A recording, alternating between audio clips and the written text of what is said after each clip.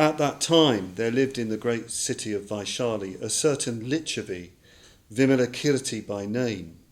Having served the ancient Buddhas, he had generated the roots of virtue by honouring them and making offerings to them.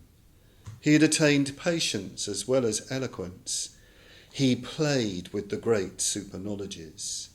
He had attained the power of incantations and the fearlessnesses. He had conquered all demons and opponents. He had penetrated the profound way of the Dharma. He was liberated through the transcendence of wisdom. Having integrated his realization with skillful means, he was expert in knowing the thoughts and actions of living beings, knowing the strength or weakness of their faculties, and being gifted with unrivalled eloquence, he taught the Dharma appropriately to each. Having applied himself energetically to the Mahayana, he understood it and accomplished his tasks with great finesse. He lived with the deportment of a Buddha, and his superior intelligence was as wide as an ocean. He was praised, honoured and commended by all the Buddhas, and was respected by all the gods and all the protectors of the world. In order to develop living beings with his skillful means, he lived in the great city of Vaishali. His wealth was inexhaustible for the purpose of sustaining the poor and the helpless. He observed a pure morality in order to protect the immoral. He maintained patience and self-control in order to reconcile beings who were angry, cruel, violent and brutal. He blazed with energy in order to inspire people who were lazy. He maintained concentration, mindfulness and meditation in order to sustain the mentally troubled. He attained decisive wisdom in order to sustain the foolish. He wore the white clothes of the layman, yet lived impeccably like a renunciate. He lived at home, but remained aloof from the realm of desire, the realm of pure form, and the formless realm. He appeared to have a son, a wife, and female attendants, yet always maintained celibacy. He appeared to be surrounded by servants, yet lived in solitude. He appeared to be adorned with ornaments, yet always was endowed with the auspicious signs and marks. He seemed to eat and drink, yet always took nourishment from the taste of meditation. He made his appearance at the fields of sports and in the casinos, but his aim was always to mature those people who were attached to games and gambling. He visited the fashionable heterodox teachers, yet always kept unswerving loyalty to the Buddha. He understood the mundane and transcendental sciences and esoteric practices, yet always took pleasure in the delights of the Dharma. He mixed in all crowds, yet was respected as foremost of all. In order to be in harmony with people, he associated with elders, with those of middle age and with the young, yet always spoke in harmony with the Dharma. He engaged in all sorts of businesses, yet had no interest in profit or possessions. To train living beings, he would appear at crossroads and on street corners, and to protect them, he participated in government. To turn people away from the lesser vehicle and to engage them in the great vehicle, he appeared among listeners and teachers of the Dharma. To develop children, he visited all the schools. To demonstrate the evils of desire, he even entered the brothels. To establish drunkards in correct mindfulness, he entered all the cabarets. He was honoured as the businessman among businessmen, because he demonstrated the priority of the Dharma. He was honoured as the landlord among landlords, because he renounced the aggressiveness of ownership. He was honoured as the warrior among warriors, because he cultivated endurance, determination and fortitude. He was honoured as the aristocrat among aristocrats, because he suppressed pride, vanity and arrogance. He was honoured as the official among officials, because he regulated the functions of government according to the Dharma. He was honoured as the prince of princes, because he reversed their attachment to royal pleasures and sovereign power. He was honoured as a eunuch in the royal harem, because he taught the young ladies according to the Dharma. He was compatible with ordinary people, because he appreciated the excellence of ordinary virtues. He was honoured as the Indra among Indras, because he showed them the temporality of their lordship. He was honoured as the Brahma among Brahmas, because he showed them the special excellence of gnosis. He was honoured as the Lokapala among Lokapalas, because he fostered the development of all living beings. Thus lived the Lichavi Vimalakirti in the great city of Vaishali, endowed with an infinite knowledge of skillful means. At that time, out of this very skillful means, Vimalakirti manifested himself as if sick, to inquire after his health. The king, the officials, the lords, the youths, the aristocrats, the householders, the businessmen, the townfolk, the countryfolk, and thousands of other living beings came forth from the great city of Vaishali and called upon the Lichavi Vimalakirti. So there we are. That's your introduction to Vimalakirti, whose name means something like stainless radiance, or stainless famed, or the pure famed, or even stainless glory. And yes, as Gnanavaccha said, the Vimalakirti Nidesha, the exposition of Vimalakirti, is another one of these Mahayana sutras. And as with the White Lotus Sutra, it's a Mahayana sutra that our teacher Sangharakshita has given a whole series of lectures on in about, I think, 1979, not long after the completion of the building of, or the conversion of this place into the London Buddhist Centre. And he said at the time that one of the things he wanted to do in that lecture series was to raise everybody to a transcendental plane, at least for a little while, because the Vimalakirti Nidesha is a really, a sublime, profound, and indeed magical sutra with all sorts of strange and wonderful things going on within it. Just to give you a little sample of one of the things that happens in the sutra. I don't know if you've come across this notion in Mahayana Buddhism of what they call the Pure Land, or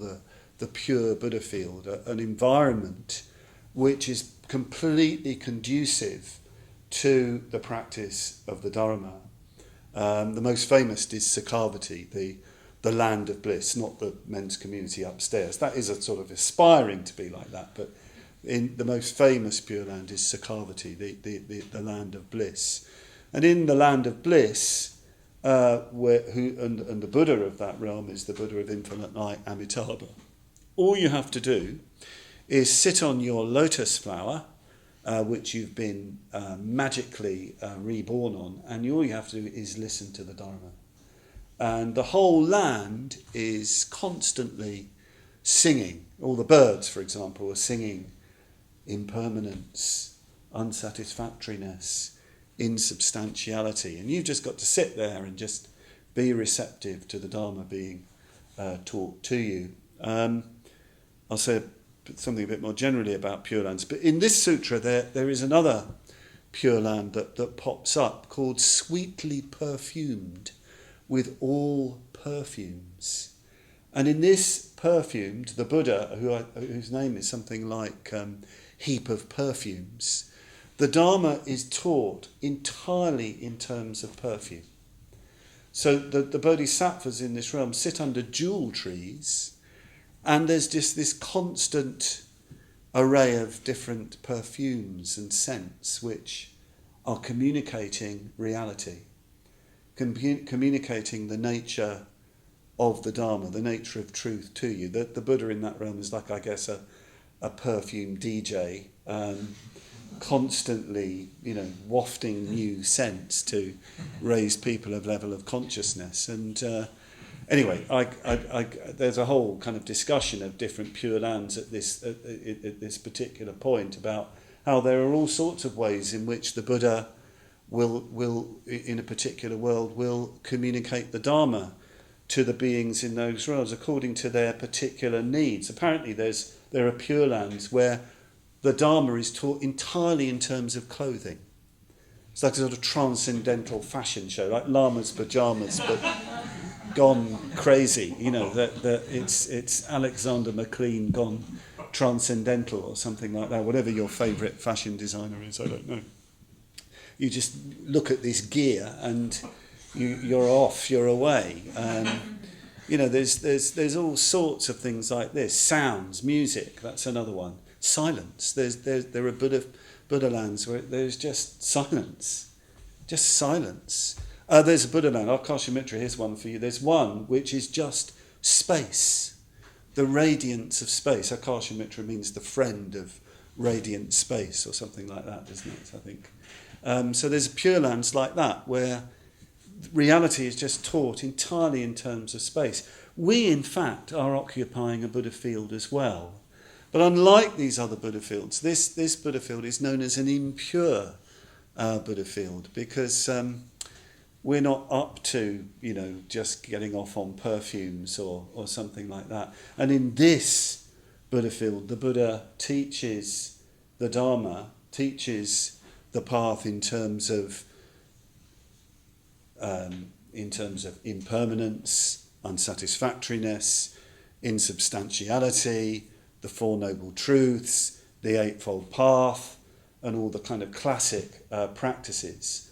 And in this particular sutra, the bodhisattvas who live in this perfuming Pure Land, they are just amazed at the profundity of the teaching in this realm, in our realm. They think it's amazing that the Dharma gets taught in that very, very down-to-earth way, and as we are amazed by the world of perfumes.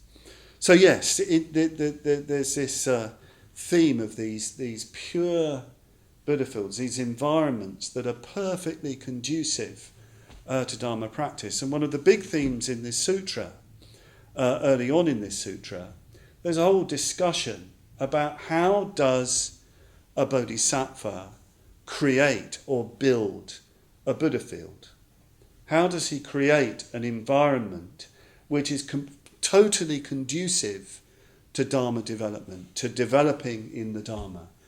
It's a very, very interesting area. And when Sangharakshita discusses it, he's saying, well, why on earth do you want, why do you describe a Buddhist life in terms of creating a Buddha field, creating a world which is completely conducive to the development of the individual, to the liberation of the individual? Why would you do that? Why is that a way of describing the Buddhist life? I think it's related very strongly to what Jnanavaccha was saying. It's very strong what Jnanavaccha was saying about the way we can so easily turn a life devoted to meditation and relaxation and Buddhist thought and all that sort of thing into something very, very self-serving, a sort of refined hedonism and something rather self-indulgent. We can even sort of get off on developing love for all living beings. In the old days when I used to lead meditation classes, you often used to see people looking quite grim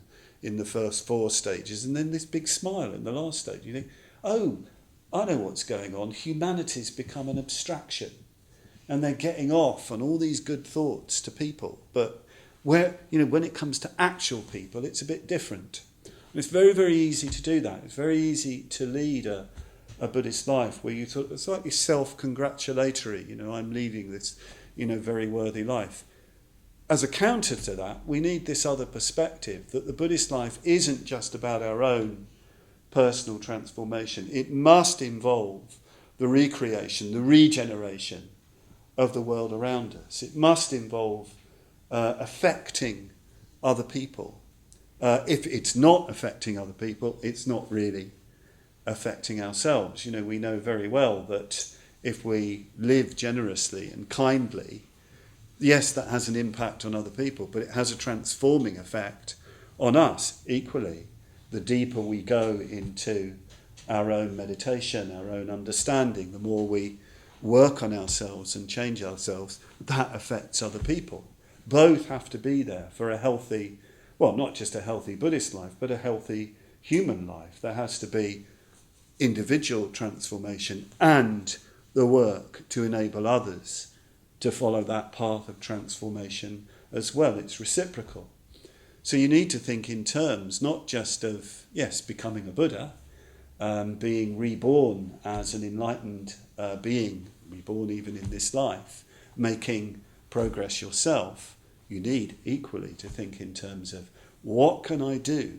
How can I act in such a way as to make this world, yes, this whole world, into a Buddha field, a Buddha land, where everything is conducive for the development of the individual.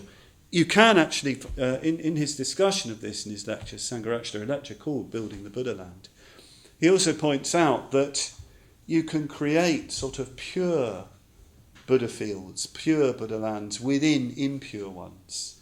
You can create environments within the world, oases if you like, where it's all conducive to your and others' liberation. In the Vimalakirti Nidesha, there's a description of Vimalakirti's house, this amazing house.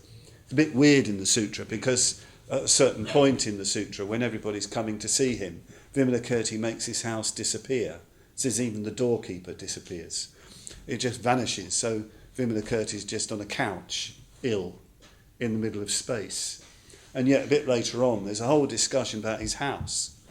And it's got 8 wonderful qualities. I won't go into all the qualities, but one really struck me. That as soon as anybody enters that house, whoever they are, enters Vimalakirti's house, immediately they no longer feel oppressed and troubled by their kleshas, by their defilements. They no longer feel troubled by their fear, by their craving, by their hatred, by their doubt, by their faint-heartedness.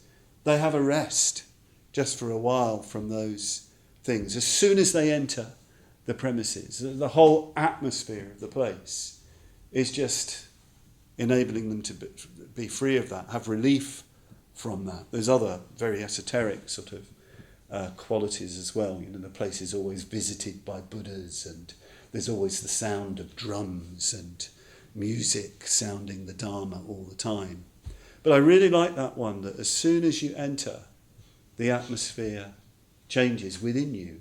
You're in an entirely different space. And what an example, what an ideal for a Buddhist centre. The atmosphere in a Buddhist centre should surely be like that. As soon as you walk across the threshold, I'm having a break from, all the kind of usual stuff that goes on. We need that break so that we can work, more attentively on what we need to work on what's most meaningful. It's very interesting. I was here on Friday night for the hustings for the candidates for the election, Bethnal Green and Bow. And I noticed that they looked slightly uptight to begin with, but they actually relaxed, especially after the meditation and Manjusiya and Shraddha-Siddhi's lovely welcome. And they were so polite to each other and so polite to, the audience. There was there wasn't really any party political grandstanding. I mean, they mentioned their policies, and I couldn't help but wonder if it was something to do with the atmosphere here. I thought, well, maybe they're having a break from the kleshas as well.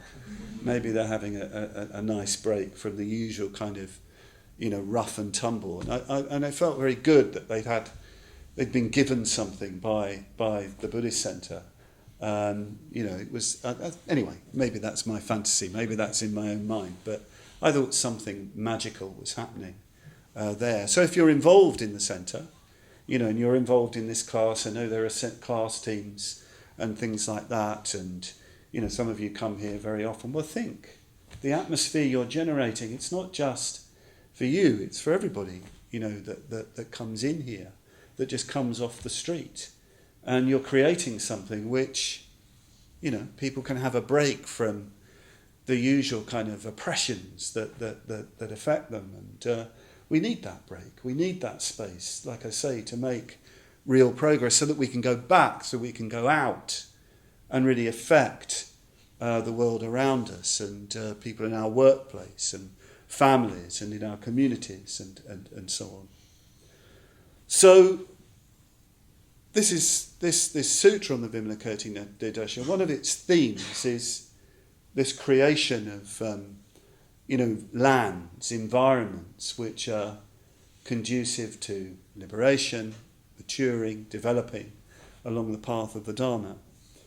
And related to that is the big theme of skillful means. In some ways, that's one of the main teachings. Skillful means is actually a big theme of the Lotus Sutra that you're doing most of the time. That's all about skillful means. How do you bring people into a big vision of the Dharma, a big vision of the path, which is nothing less than the liberation of all life into enlightenment? That's what Mahayana means, the great way that carries everybody to Buddhahood. How do you bring that to people without freaking them out? How do you show that to them skillfully in a way that is attractive and brings them along? That's one way of looking at skillful means. In this sutra, skillful means is looked at in another way. There's this invocation of this person, this mysterious person, Vimalakirti. And Vimalakirti's skillful means is basically to do with he can communicate with anybody and everybody. He's not afraid of anybody and everybody, whether it's high government officials, whether it's the king and the princes, whether it's drunkards and lawbreakers, whoever it is, whether it's fancy, fashionable teachers teaching all sorts of weird and wonderful stuff, whether it's children, whether it's young people, whether it's old people, whether it's middle-aged people, whoever it is, he can establish rapport. He can get into communication. He can do the really profound stuff. He can do the deep kind of metaphysical stuff. He can do the sort of magical stuff. And yet he can also, and I love this thing, he can communicate with ordinary people because he appreciates ordinary virtues. I really love that. It's really important. He really appreciates ordinary, if you like, human beings and can connect with them, as well as all this other stuff. It's a fantastic evocation of upaya kaushalya, as it's called, skillful means. And sometimes in your Buddhist reading, or if you're chatting to maybe Buddhists who've been around a bit, you might hear the word skillful means used, and sometimes it's used as a rationalisation for all sorts of dodgy behaviour. All sorts of dodgy behaviour. I've even heard, dare I say, even brothers of mine in the Dharma, getting involved, with somebody, in that intimate way, and even saying, well, skillful means, oh, right, you're doing it out of wisdom and compassion, are you? Or something like that. Skillful means, So if you ever come across that, be very, very wary. If you ever come across Buddhists invoking skillful means to rationalise any kind of self-indulgent behaviour, well, get your sword of wisdom out and chop off the wrong view rather sharply, because they're in a dodgy place. Skillful means, upaya kaushalya, is a very, very high attainment. It's a very, very high attainment. In the traditional scheme of the Dharma, it's the seventh paramitta of perfection of a bodhisattva. It comes after wisdom. After wisdom, you then get the perfection of skillful means. So after the bodhisattva has seen deeply into the profound nature of emptiness and signlessness and wishlessness, and seeing the illusory nature of all phenomena, then out of the great love, the great compassion, there comes this skillful means. Skillful means seem to be a way in which it's describing both the kind of unity of wisdom and compassion in a way that's highly effective, highly attuned to the individual.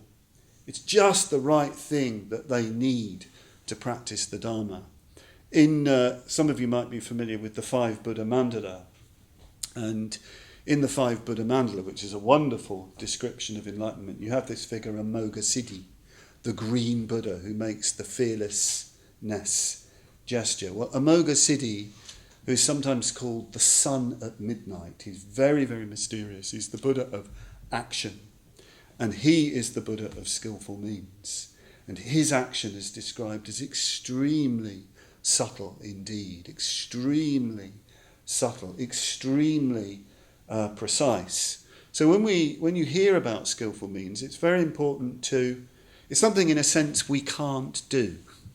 I think we have to, it's something really rather that we need to revere and wonder at and open up to. I mean, that description of Vimalakirti is that evocation. Well, it's the evocation of enlightened activity. It's the evocation of Buddha activity. It's something very, very deep and profound. Something to be inspired by, moved by, something even to aspire to. Yes, something we can aspire to be like that. I mean, I find that, well, just such an incredibly attractive ideal that's evoked by Vimalakirti. Somebody who can tune in to everybody, and yet there is no loss of wisdom, no loss of purity, no loss of that profound depth. The image of the lotus flower is often invoked at this point. Growing, a lotus has its roots in the mud, but the flower is very definitely above the mud. In the same way that Vimalakirti, the embodiment of skillful means, is in the world, really connected with all the aspirations and desires and difficulties of people in this world, and yet is not of the world, not defined by the world in any way. What an incredibly attractive ideal. I'd love to be like that one day when I grow up. I'd like to be that in many lifetimes. But there is, so having said in a way it's something we can't do, there is a sense in which we can start to do it. We can move towards it. And when we talk like this, we need to think of Vimalakirti a bit differently. In the sutra, there is no description of him. There's no picture of him. It doesn't say Vimalakirti, had a shaved head or had long hair or had a beard, or it says he wore the white robes of a layman, but that's about it. And as far as I know, in Indian and Tibetan art, there's no depiction of Vimalakirti, but in China, especially, and in Japan, you do get paintings, especially, and even wonderful reliefs of Vimalakirti. In China, and especially the Vimalakirti Nirdesha was a really important sutra, very big inspiration for people in China, Buddhists in China. And he's usually depicted as a very old man with a long wispy beard and moustache and wearing the robes of a scholar, I think a Confucian scholar. So he has that kind of image, but extremely venerable. But in the sutra, we're not told kind of what he looks like. We have to imagine that. And when you actually look at all the things that he does, you start to wonder, well, actually, could one person do all that? And in fact, in the stories of him in the sutra, he's a figure that just pops up. There's all sorts of stories in particular. The Buddha asks, after finding out that Vimalakirti is sick, he asks different disciples if they'll go and see Vimalakirti and inquire on behalf of the Buddha how he is. And each one by answered, I can't go. I really don't want to go and see that man. And the Buddha says, well, why don't you want to go? And they say, well, on a certain occasion, I was meditating. And suddenly Vimalakirti popped up and told me that is not the way to meditate. You're meditating wrong. You're meditating selfishly. You're not meditating aware of others. And he said, and this particular disciple said, after Vimalakirti talked to me, I was speechless. I didn't know what to say. I was dumbfounded. There's all sorts of stories like this. Somebody's teaching the Dharma to somebody. Vimalakirti pops up. Says, that is not the way to teach the Dharma to these people. You're talking down to these people. You're talking at far too low a level. Can't you see that they're all potential bodhisattvas?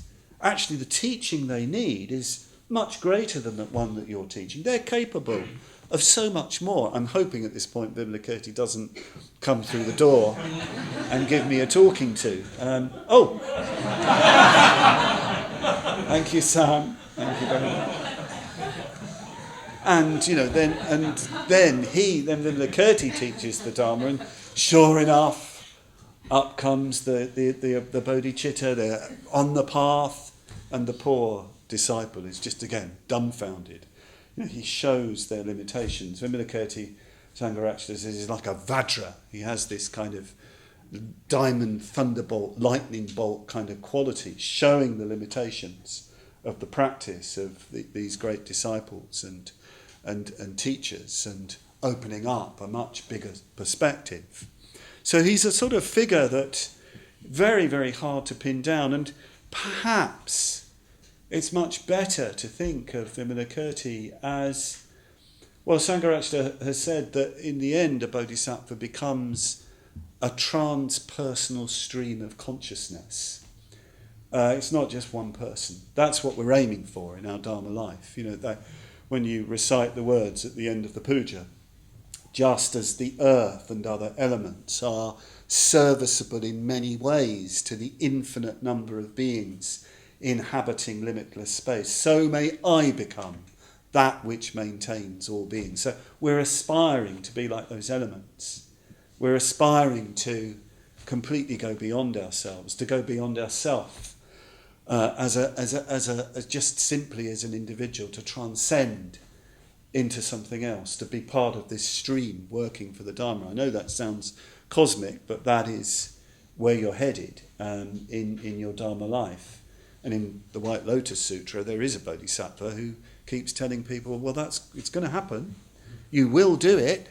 You will become a Buddha like this. And the people get really angry with him because they say, I don't want to be like that.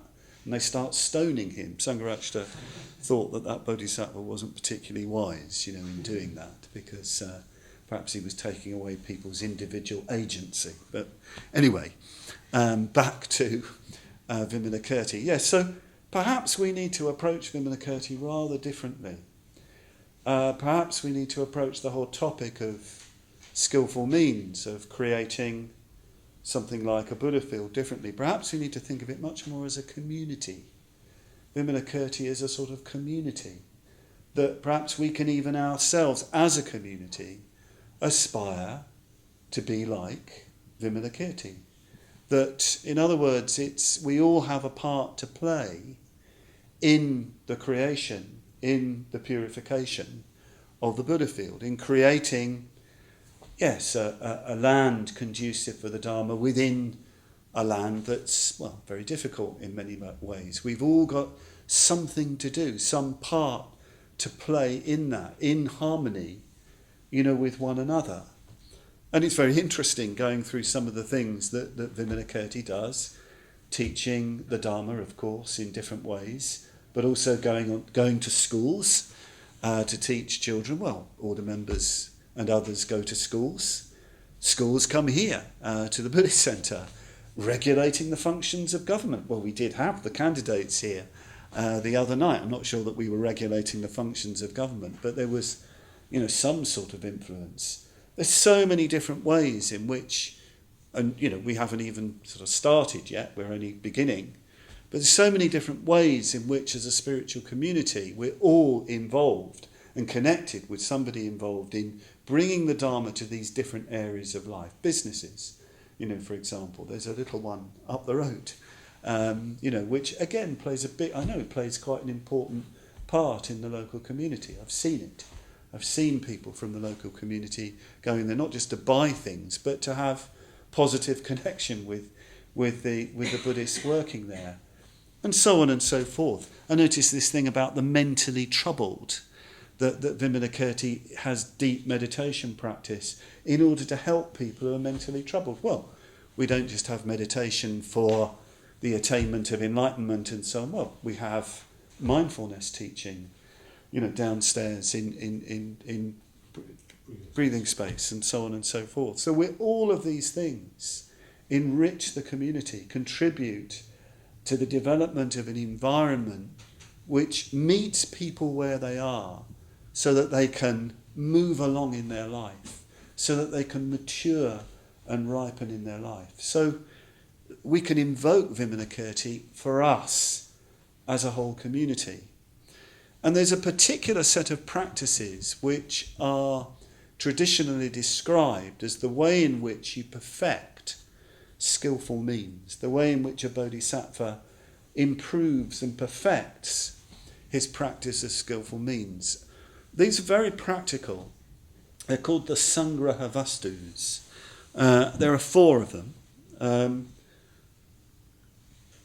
In fact, they're not just the Sangraha Vastus, which you could translate as something like the means of unification. I'll say something about that phrase in a moment. There's that set. There's another set of 4 called the Pratisamvids, which can be translated like something like analytical knowledges, analytical wisdoms. Very, very interesting set indeed. And there's another set called the Dharanis, or the magical incantations. So a bodhisattva practices these 2 sets of 4, the means of unification and the analytical knowledges and the magical incantations.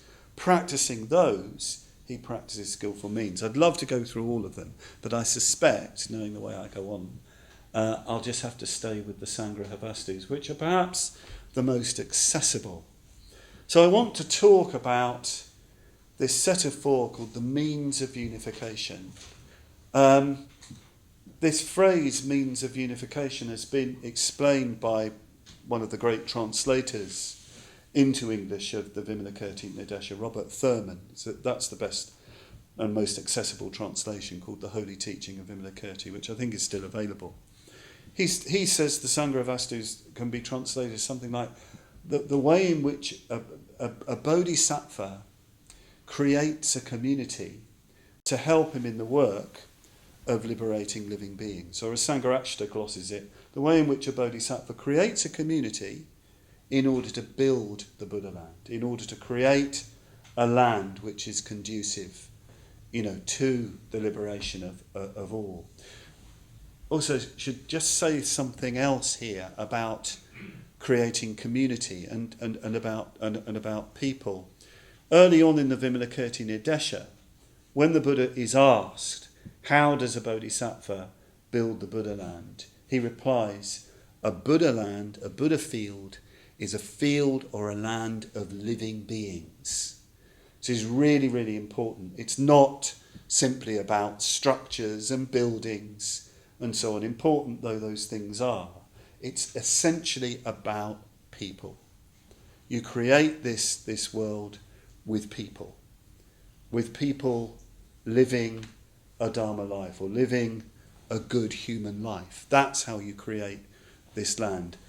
It's nothing other than people. So let me go through the means of unification, the means of uniting a community. Not just a community as a fixed number of people, but a community that's reaching out to include more and more people within it, something expansive, something non-exclusive, something that opens out. It's very important to think of it like that. So the first, I'll go through the 4 and then go through them one by one. So the first of the means of unification is dana, or generosity. The second is priyavadita, or loving speech. The third is arthacharya, which means, it's best translated as living meaningfully, or living for the goal or the good. And the fourth is samanatata, which can be translated as exemplification, but it can also be understood as equalising yourself with others, treating others as you'd treat yourself. So I'll just go through these, one by one, and try and see how they can, draw us closer together, to draw living beings together, to work for the benefit of all. So the first is dana, or generosity. And generosity is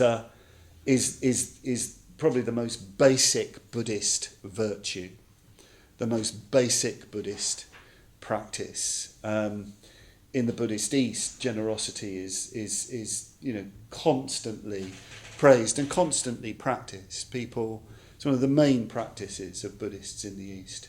Giving, giving, giving, giving money, giving food, giving time, giving energy, giving to, giving for the Dharma, for the growth of the Dharma. Very, very important quality.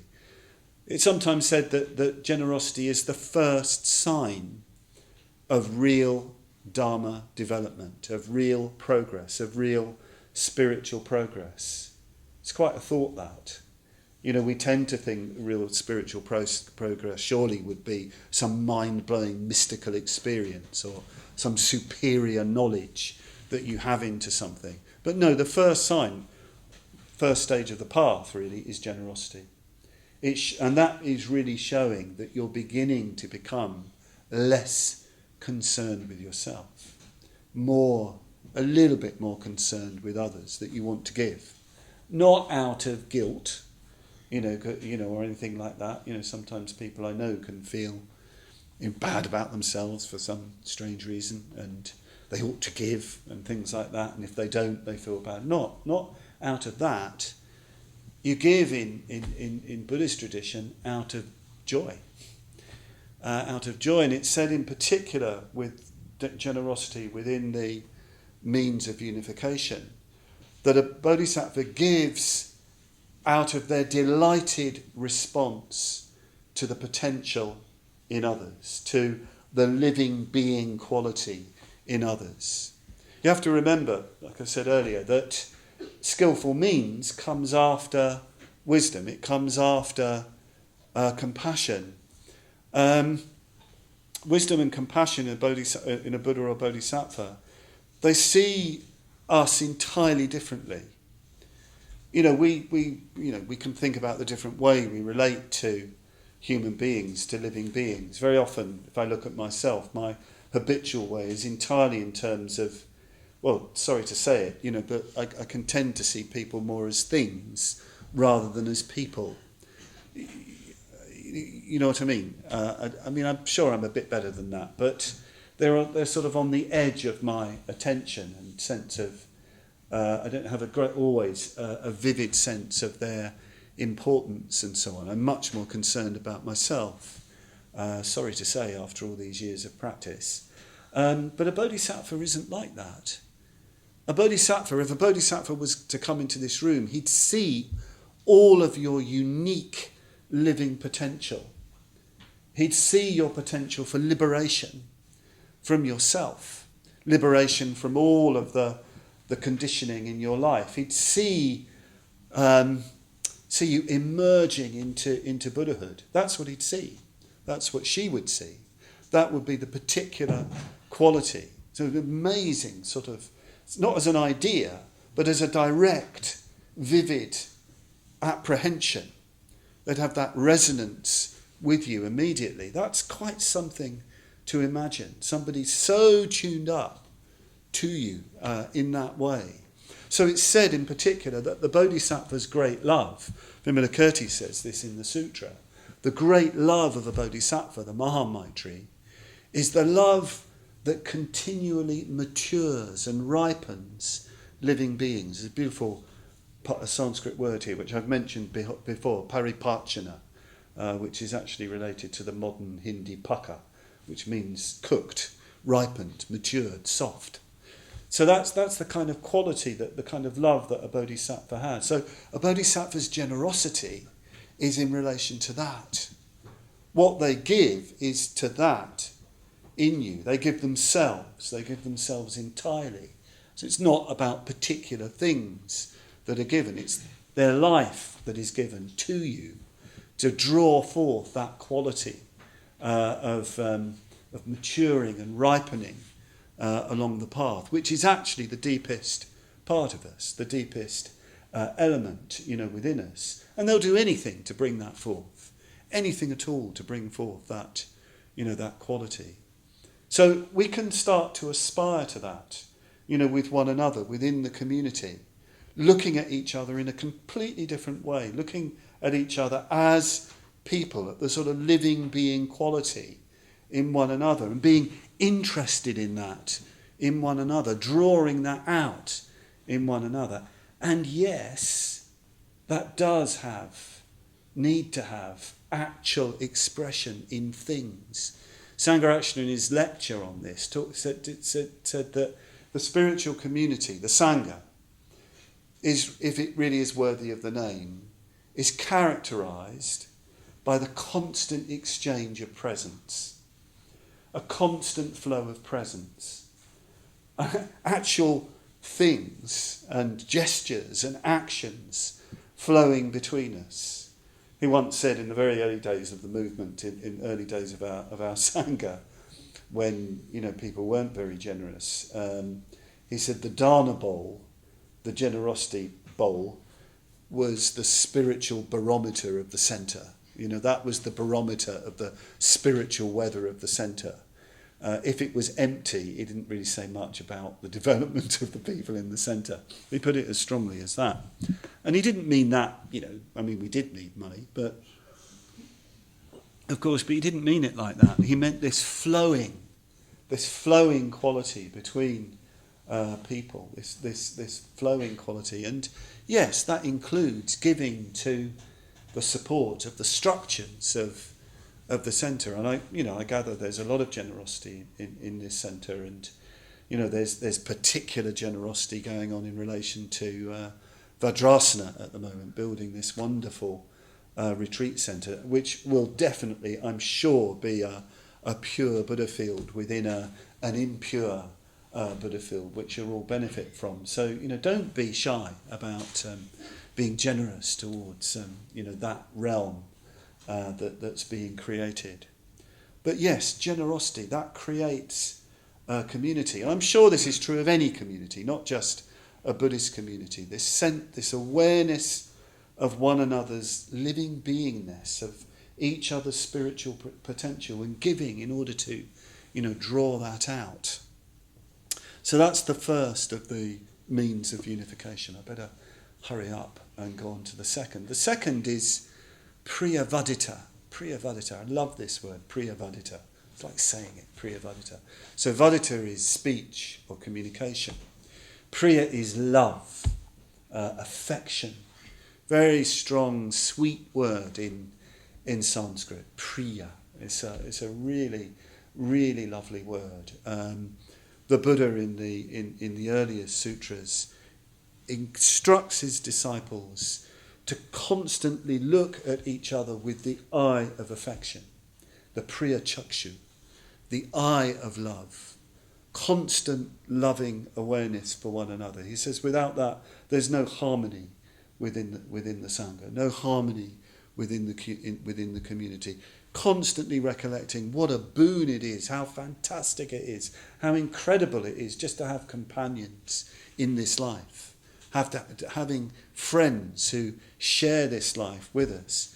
Here, it's not just gazing, with love, it's speaking it, saying it, talking it, telling people that you love them, not in a sort of cloying, chatting up sort of way.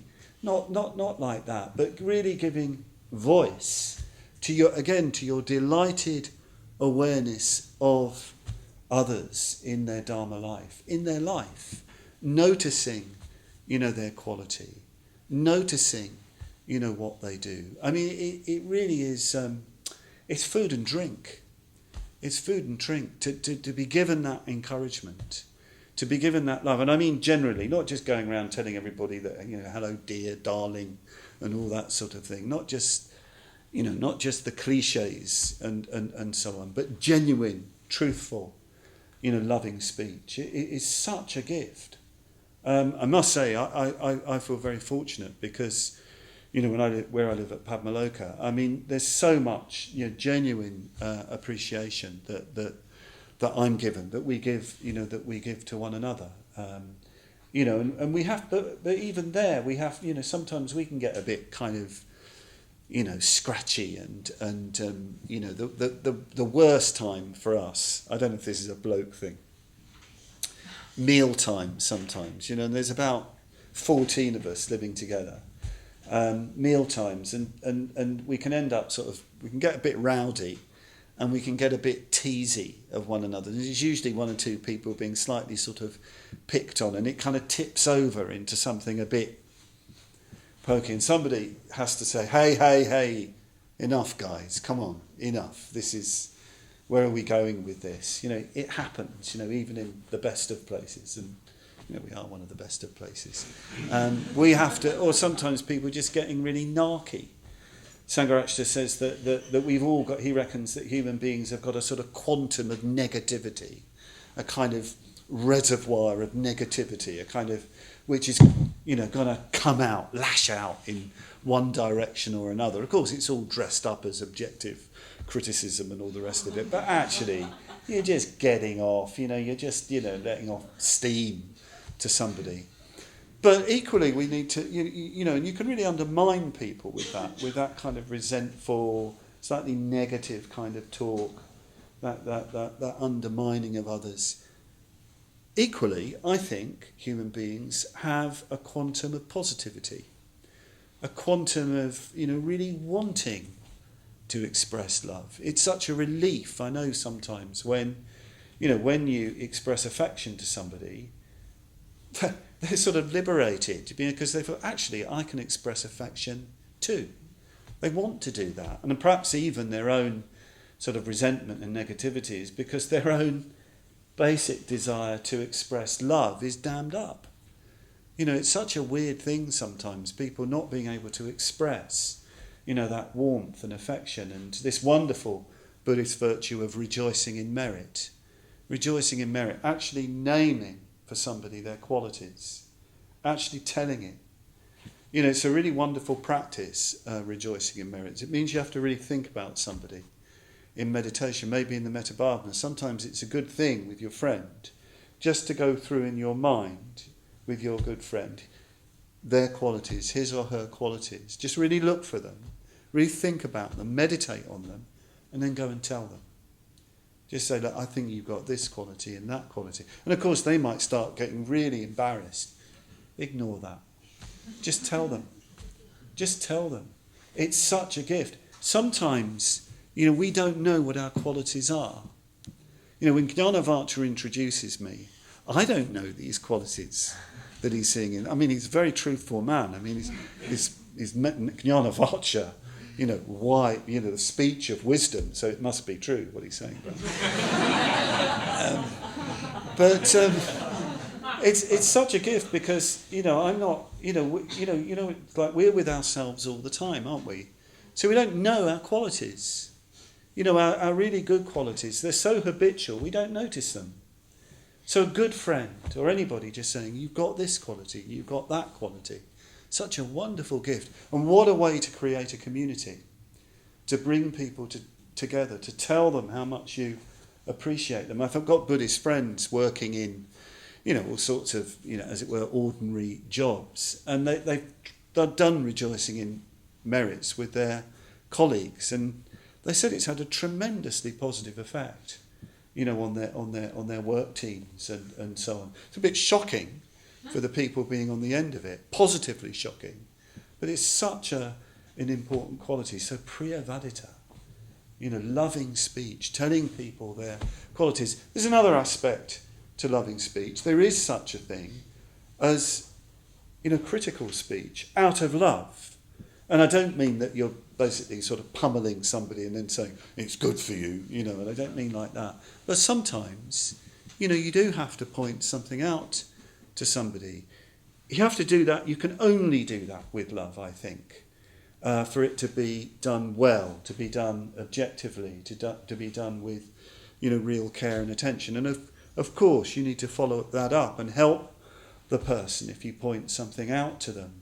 I sometimes feel that in some ways, being critical of somebody is in a way the highest form of loving speech. And I often fail to do it because I have to do it well, you've got to be as truthful as possible, and you've got to do it you've got to make sure that you're clean and pure, and you've got to make sure that you're really going to help that person understand what you're saying, and also be willing to be wrong.